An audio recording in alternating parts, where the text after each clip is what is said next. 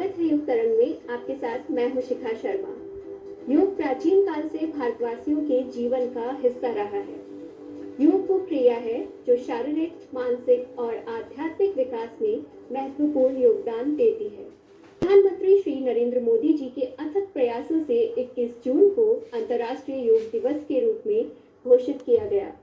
वर्ष 2015 से हर वर्ष अंतर्राष्ट्रीय योग दिवस मनाया जाता है और इसके बाद पूरी दुनिया में योग को लेकर जागरूकता आई है और दुनिया भर में लोग सेहतमंद रहने के लिए, चाहे वो मानसिक रूप से हो या शारीरिक रूप से हो, अपने जीवन में योग को अपना रहे हैं। अंतर्राष्ट्रीय योग दिवस की आप सभी को हार्दिक शुभकामनाएं। आज के कार्यक्रम में हमारे साथ जुड़े हैं डॉक्टर आलाप देवड़ा। आप म्यूजिक डायरेक्टर हैं, इसके साथ सिंगर भी हैं और आपने योगा एंथम एक प्रोजेक्ट किया है जिसमें 20 देशों के योग गुरु को शामिल किया है। सर, आपका भी बहुत बहुत स्वागत है हमारे कार्यक्रम में जी। तो योग के इतने बेनिफिट हैं और डॉक्टर आलाप आप भी हमारे साथ जुड़े हुए हैं। तो जब आपकी योगा एंथम प्रोजेक्ट की बात आती है तो मन में एक विचार आता है कि एक म्यूजिक डायरेक्टर और सिंगर के मन में योग से जुड़ा एंथम बनाने की बात और ऐसा प्रोजेक्ट करने की बात कहाँ से शुरू हुई? बिल्कुल, योगा एंथम का जो प्रोजेक्ट था उसकी जो शुरुआत थी वो मैंने की थी कोविड के टाइम में। कोविड एक ऐसा दौर निकला हम सभी की जिंदगी में जब हम सब लोग अपने अपने घरों में बंद थे, घर से बाहर नहीं निकल पा रहे थे। ऐसे समय में मुझे लगा कि कुछ ऐसा किया जाए जिसमें अपने घर रहकर एक नया प्रोजेक्ट कर पाए। तो उस समय योगा के बारे में हम लोग सब जानते हैं, सुनते हैं। तो योगा के महत्व को जानते हुए मैंने इस प्रोजेक्ट की पहल की और योगा एंथम पहले मैंने लिखा और उसके बाद सोशल मीडिया के थ्रू अलग अलग कंट्रीज की योगा गुरुओं से मैंने कांटेक्ट किया और उनसे उनके योगास के वीडियो कलेक्ट किए और उनको कंपाइल करके अपना एक गाना योगा एंथम बनाया जिसमें इनके वीडियोस को कंपाइल करके ये प्रोजेक्ट कंप्लीट किया। तो ये तो एक बहुत मेहनत वाला काम था और उस वक्त आपने किया जब कोविड का दौर था और सब लोग कुछ परेशान से थे, घर में थे, कुछ अलग चाहते थे और उस वक्त योग बहुत मदद कर रहा था लोगों की और ऐसे वक्त में आपने योगा एंथम प्रोजेक्ट पे ध्यान दिया। तो आप 20 अलग अलग देशों के लोगों से जुड़े और वो भी योग से जुड़ी हुई आपकी बात हुई, योग गुरु का आपको सानिध्य मिला। तो उस अनुभव के बारे में आपसे जानना चाहेंगे।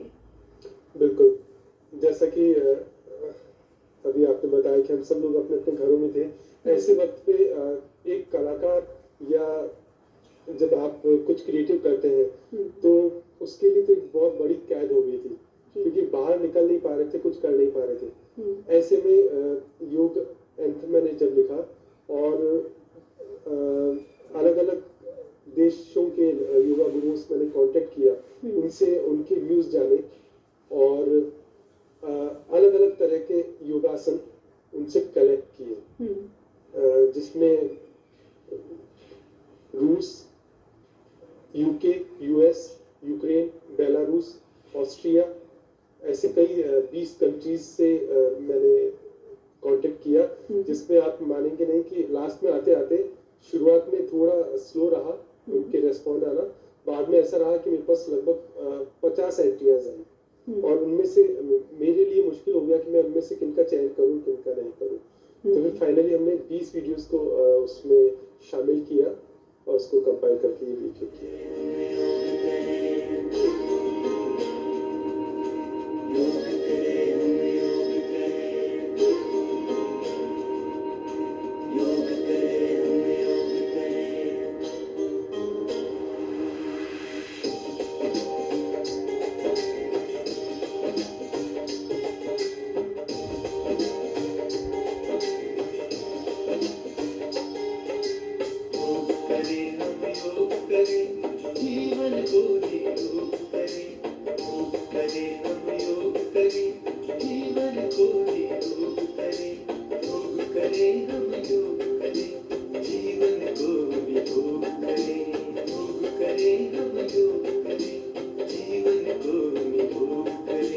तो वसुधैव कुटुंबकम की भावना भी हम सभी में रहती है। जैसा कहा जाता है कि संपूर्ण पृथ्वी ही हमारा घर है और सबको परिवार के सदस्य की तरह मानते हैं, तो आपने ये जो योगा एंथम बनाया उसमें भी यही भावना दिख रही है। सभी देशों के लोग एकजुट हो रहे हैं और योग से जुड़ रहे हैं। तो एक बहुत ही अच्छा प्रोजेक्ट आपने किया और इसके बारे में और भी जानेंगे आपसे। उषा जी, सर ने तो बताया कि अलग अलग देशों के लोगों से वो जुड़े और योगा एंथम प्रोजेक्ट में उन्होंने काम किया। अब जब योग से जुड़ने की बात आती है तो मुझे लगता है कि आप भी योग से जुड़े हुए, तभी आपके मन में योगा एंथम जैसा विचार आया। तो आपके जीवन में योग का क्या महत्व है और आप कितना समय देते हैं योग को? योग एक ऐसी क्रिया है जिससे हम हमारे मन और मस्तिष्क दोनों में अनुशासन ला सकते हैं। एक संगीतकार, स्पेशली जब एक सिंगर, बतौर गायक जब गाते हैं तो हमें सांस पे कंट्रोल की बहुत आवश्यकता होती है।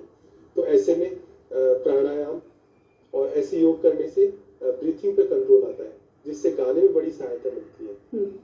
और लंबी देर तक, क्योंकि जब गाते हैं तो लंबी देर तक सांस को रोकना होता है जी।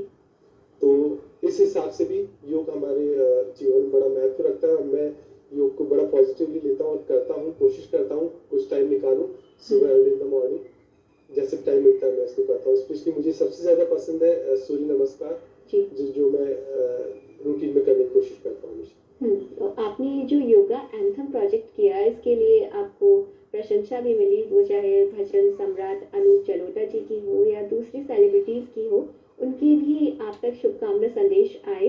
तो वो अनुभव कैसा रहा, लोगों से जुड़ना कैसा रहा, और आपने योग के बारे में तो बहुत कुछ सीखा होगा इतने समय में। जी, ये पहली बार मुझे लगता है कि ऐसा मौका था जहाँ पर सभी अलग अलग देशों से, जैसा कि हमारा आज का विषय भी है कि वसुधैव कुटुंबकम, तो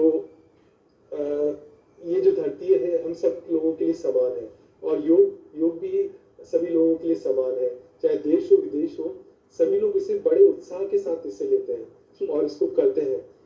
जहाँ एक और युवा पीढ़ी हमारी पाश्चात्य संस्कृति की ओर बढ़ती जा रही है, उनका रुझान रहता है, लेकिन मैं आपको बताऊं कि पाश्चात्य देशों में या बाहर के देशों में उनका रुझान हमारे योग की तरफ है, हमारी संस्कृति की तरफ है। वो यहाँ पर आकर कोर्सेज करते हैं और वहाँ अपने देशों में जाकर वो लोग सिखा रहे हैं। तो योग का काफी महत्व प्रचार में है। योग हमारी शान है, योग से ही पहचान है। योग हमारी शान है, योग से ही पहचान है।